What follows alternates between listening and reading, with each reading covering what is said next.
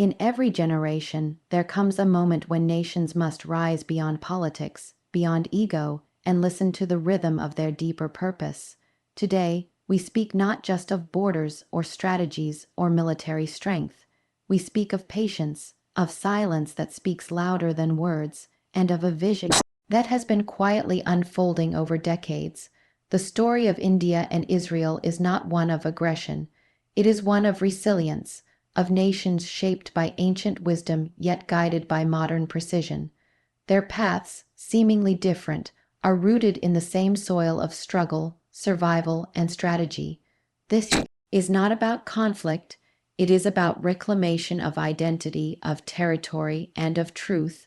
In this talk, we will dive into the silent alliance, the unspoken coordination between India and Israel, how two of the most underestimated yet powerful nations may already have begun a quiet but determined path to reclaim what history once marked as theirs, the region of POK. Breathe, focus, and observe. What we see on the surface is only the beginning. Beneath it lies intent, preparation, and a mission shaped by time itself. Let us begin. India and Israel have, over the last 2 decades, built a quiet but powerful partnership rooted in strategic intelligence sharing. This collaboration is not merely about exchanging surveillance data or military tactics. It is about synchronizing two of the world's most underestimated intelligence ecosystems to serve common geopolitical goals. In the case of Pakistan-Occupied Kashmir POK, this synergy is playing a crucial role, silently fueling India's readiness and precision in reclaiming what it sees as rightfully its own territory. At the heart of this cooperation is mutual trust. While most international partnerships operate on surface-level agreements and transactional exchanges, India and Israel have cultivated a relationship where intelligence flows in a deeply integrated and secure manner. The Mossad, Israel's intelligence agency, is widely regarded as one of the most efficient and covert in the world. Their experience in psychological warfare, counterterrorism, cyber intelligence, and unconventional operations has long been admired globally. When India began modernizing its intelligence architecture, it did not look west to the U.S. or U.K. for templates, it looked to Israel. This collaboration is not new, but its depth has intensified in recent years. Following the Kargil War and the growing unrest in Kashmir, India began seeking methods to counter threats not just militarily, but also psychologically and technologically. Israel stepped in quietly, offering both tools and techniques. From drones and electronic surveillance systems to satellite-based tracking, the two countries began sharing raw and processed intelligence. What India lacked in agility, Israel offered in tactics. What Israel saw as regional parallels in terrorist threats, India brought to the table in strategic territory management. This two-way exchange has created a hybrid intelligence network, fine-tuned to monitor, assess, and anticipate movements in and around the POK region. A major focus of this alliance is preemptive strategy. Rather than reacting to provocations or attacks, India has slowly shifted to a doctrine of anticipatory defense. This means acting before the threat materializes. Israel's philosophy, shaped by decades of existential threats, has always leaned on the belief that waiting to respond is a weakness. India has adopted this logic in its approach to POK, especially post-Uri and Balakot strikes. Intelligence sharing from Israeli satellites and human intelligence, human inputs have played a key role in mapping out terrorist launch pads, infiltration routes, and militant communication hubs in POK.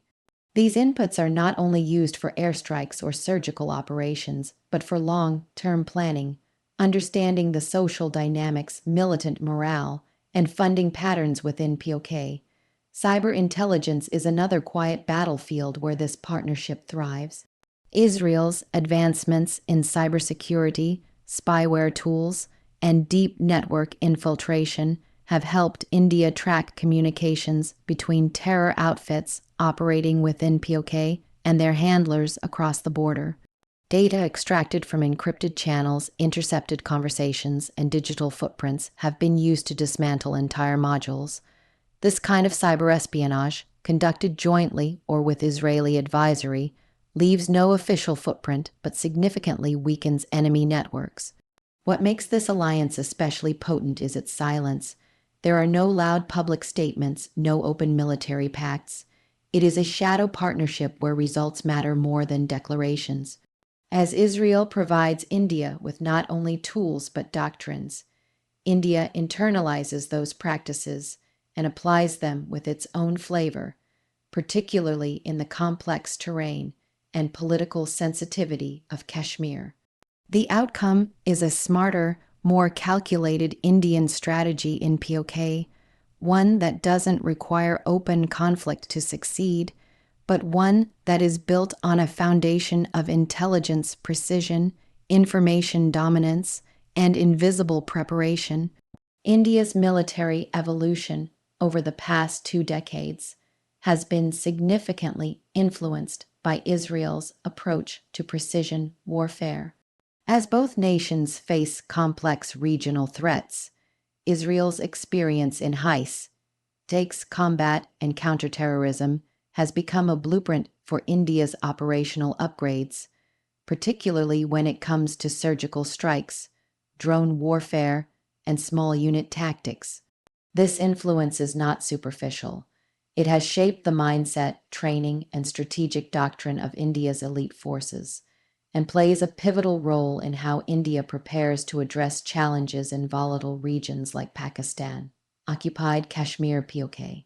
One of the most transformative aspects of Israeli influence is the concept of short, swift, and precise military engagement, operations that achieve maximum tactical impact with minimal collateral damage.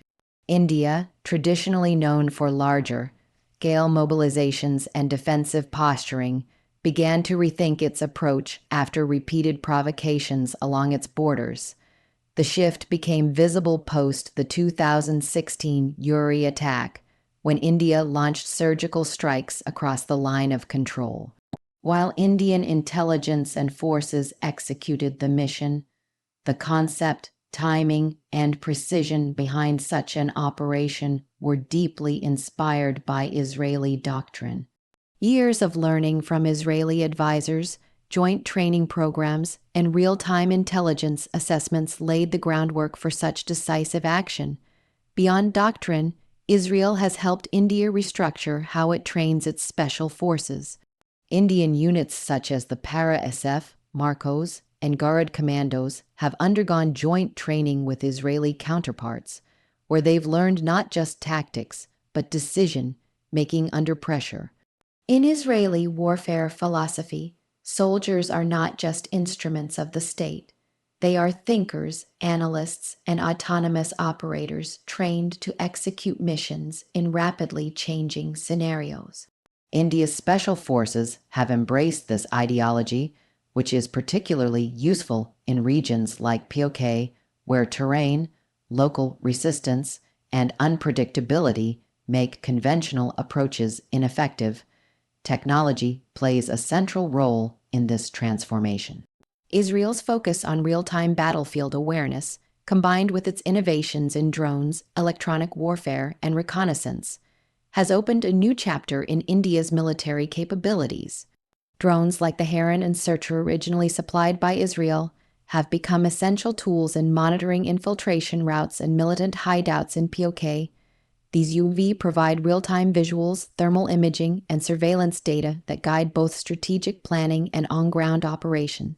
What used to require days of troop deployment and physical risk can now be assessed from a command center, allowing India to strike with surgical accuracy and then retreat without leaving a visible footprint. Israeli guidance has also enhanced India's adaptability in urban and guerrilla warfare. In counter-terror operations within Kashmir and along POK borders, Indian troops have adopted many of the house, clearing, and room by-room combat methods that Israeli forces developed during operations in Gaza and the West Bank. These techniques reduce casualties, avoid public blowback, and help in capturing targets alive for intelligence gathering, something Israel emphasizes heavily and has passed on to its Indian partners. Psychological warfare, another area where Israel excels, is now quietly becoming part of India's toolkit. From using misinformation to disorient hostile factions, to conducting cyber disruption and perception management through media and digital platforms, Israel's playbook has provided India with an edge that goes beyond guns and bullets. This is critical in a place like POK, where winning the population's perception is as important as reclaiming physical ground. What distinguishes Israeli-influenced precision warfare is the moral clarity with which it is executed. Clear objectives, minimal risk to civilians, and swift exit. India's military, especially in dealing with the sensitive issue of POK, finds this balance essential. It allows India to engage militarily without inviting global condemnation, ensuring that each action is framed as defensive or preemptive rather than expansionist. Over time, this has created space for India to build legitimacy around its operations, gaining diplomatic ground while weakening enemy structures quietly and effectively. Technological superiority has become the invisible force multiplier in modern geopolitics, and India and Israel are quietly using it to shift the balance of power in the region, especially concerning Pakistan-Occupied Kashmir (POK). While traditional warfare focuses on troop strength, tanks, and territorial control, the modern battlefield is increasingly dominated by information, precision, and speed, all of which are governed by technology. In this regard, Israel's decades-long emphasis on developing cutting-edge military and surveillance systems has provided India with an edge that few expected, and fewer can detect until it's too late. The technological cooperation between India and Israel began with defense procurement, but has evolved into a deeper integration of systems, platforms, and ideologies. What started with India buying drones and radar systems from Israel has transformed into joint development programs in missile defense, AI-based surveillance, cyber, intelligence, and electronic warfare. This transformation means India no longer just imports technology. It understands, adapts, and integrates it into its broader strategic framework, especially in monitoring and managing high-conflict zones like POK. One of the most influential contributions from Israel has been in the field of unmanned aerial vehicles (UAVs). Israeli drones such as the Heron and Searcher have played a vital role in India's surveillance operations along the line of control. These drones offer real-time data, thermal imaging, and advanced target tracking, allowing Indian forces to monitor infiltration attempts, militant movements, and cross-border activities without putting boots on the ground. This has given India a significant intelligence advantage, enabling it to act with speed and precision. Surveillance that once required extensive manpower and posed high risk can now be done silently, remotely, and persistently. But it is not just surveillance that has evolved. The integration of Israeli radar and early warning systems with India's defense grid has enhanced India's ability to detect threats well in advance. In regions like POK, where terrain can limit visibility and traditional radar may struggle, these advanced sensors make it possible to monitor enemy activity across mountain ranges, valleys, and even underground bunkers. This reduces the element of surprise and gives Indian commanders the situational awareness to respond immediately to any hostile provocation. In the realm of missile technology, the joint development of the Barak missile system is another example of how Israel's technical expertise is helping India maintain a strategic deterrence. These systems are not just for defense against enemy aircraft, they create a protective shield over vital military assets and installations near POK. The mere presence of such systems alters enemy behavior, acting as a silent psychological deterrent. Cyber warfare is yet another front where Israel's prowess has directly benefited India. With growing cyber threats originating from across the border, Israel has shared its strategies and tools for both offensive and defensive cyber operations. India's ability to trace, disrupt, and counter digital attacks on its military networks has improved dramatically as a result. In the context of POK, this means disrupting communication between militant camps and their handlers, intercepting strategic planning, and even injecting disinformation to destabilize enemy coordination, all without a single shot being fired. Artificial intelligence and data analytics are also entering the equation. Through cooperation with Israeli defense firms, India is developing AI-based platforms that can process vast amounts of data, satellite imagery, intercepted signals, troop movements, and produce actionable intelligence within minutes. In a region as complex and volatile as POK, this kind of rapid analysis means the difference between a failed operation and a successful one. It also minimizes collateral damage, helping India conduct targeted operations that avoid civilian casualties and international criticism.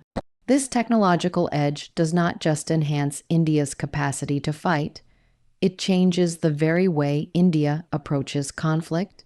It allows India to project strength without overt displays of power, to stay 10 steps ahead in planning without revealing intent, and to destabilize enemy networks without ever crossing the border. Covert operations and psychological warfare have become central to India's evolving strategy in Pakistan-Occupied Kashmir (POK), with substantial inspiration and tactical support drawn from Israel's long-standing expertise in the field. Unlike traditional warfare, where military strength is displayed through tanks, soldiers, and open battle, the new front lines are invisible.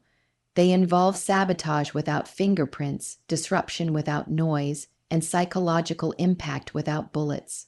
India's shift toward these shadow operations reflects a deeper understanding that reclaiming or controlling territory like POK requires more than physical force.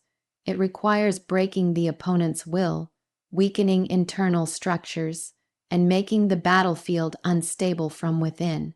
The model for such operations can be traced directly to Israel's history of targeted interventions.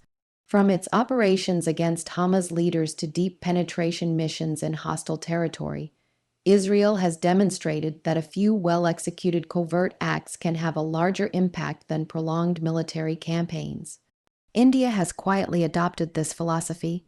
In recent years, the Indian military and intelligence community, particularly agencies like RAW Research and Analysis Wing, have begun to implement similar low-visibility, high-impact strategies in the region of POK.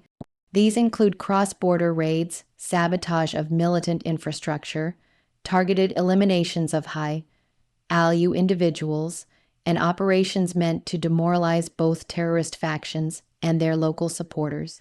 One of the most significant tools in this arsenal is human intelligence, or HUMINT. Indian intelligence agencies, with guidance on methods from Israeli operations, have deepened their penetration into POK through the recruitment and cultivation of local assets. These assets are not only sources of information, but also instruments of disruption, spreading misinformation, identifying targets, and creating mistrust within enemy ranks. These activities are carried out with precision and silence, ensuring that the Indian hand remains invisible while the internal stability of terrorist networks crumbles. This approach, borrowed from Mossad's playbook, places a higher value on quality of intelligence than quantity, and prefers subtle influence over overt force. The use of psychological warfare has also expanded significantly.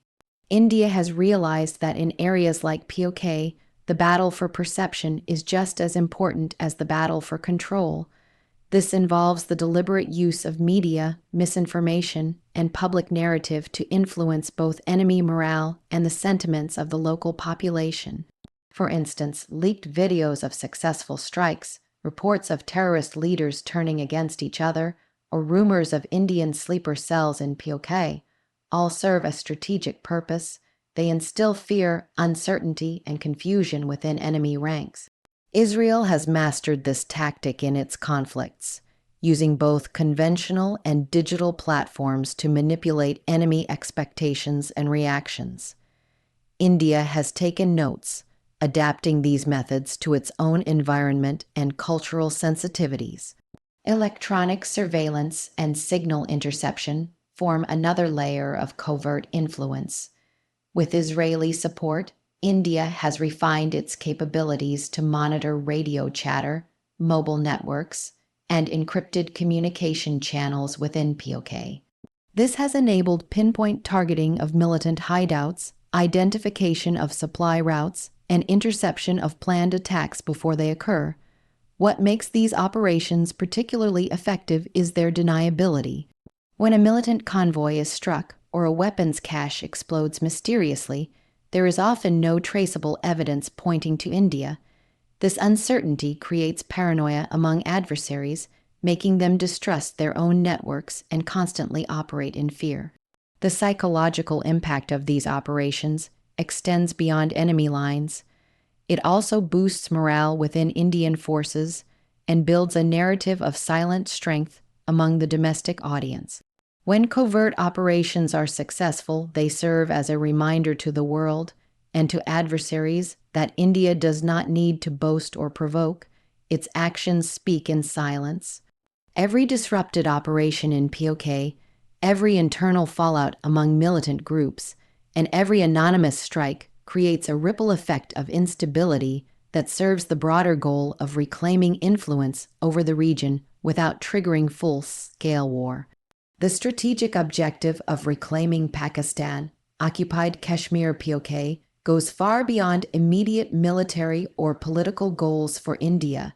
It is part of a long-term vision shaped by historical claims, national sentiment, and evolving geopolitical realities.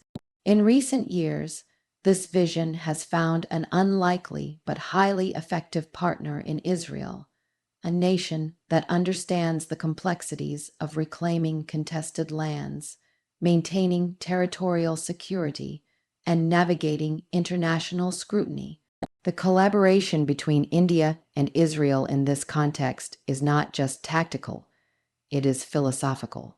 Both nations are operating with the understanding that reclaiming what is perceived as rightfully theirs must be done not just with force, but with patience, planning, and a careful orchestration of global perception. India's approach to POK has traditionally been restrained, shaped by diplomatic caution and fear of international backlash. However, with the shifting global order and rising acceptance of preemptive and defensive military doctrines, India has begun positioning itself to act with greater confidence. The revocation of Article 370 and the reorganization of Jammu and Kashmir in 2019 was not just a domestic move, it was a signal. It showed that India is prepared to redraw lines and assert control over its own narrative. In shaping this assertiveness, Israel's experience in redrawing maps and resisting global pressure has served as both a model and a source of strategic mentorship. Israel has operated under immense international scrutiny for decades, particularly in areas like the West Bank and Gaza. Yet, through information control, legal framing, and calculated diplomacy, it has managed to retain control and legitimacy in the eyes of powerful allies. The same approach is now being mirrored by India. Every move regarding POK, Whether a diplomatic statement, an intelligence operation, or a defensive military strike, is designed not just for regional impact but for international interpretation. Israel has helped India understand how to prepare the groundwork for global acceptance. It involves building the narrative over time, exposing terrorism and instability in the region, and framing any future action as a humanitarian or security necessity rather than territorial aggression. This long-term strategy also involves weakening the administrative and social structures within POK, rather than rushing into a military campaign that might invite resistance or condemnation. India is working to erode the foundations of control held by Pakistani authorities and militant groups. This is being done through a mix of intelligence warfare, psychological operations, economic pressure, and quiet alliances with local influencers. Israel's methodology of achieving silent control without overt occupation is evident here.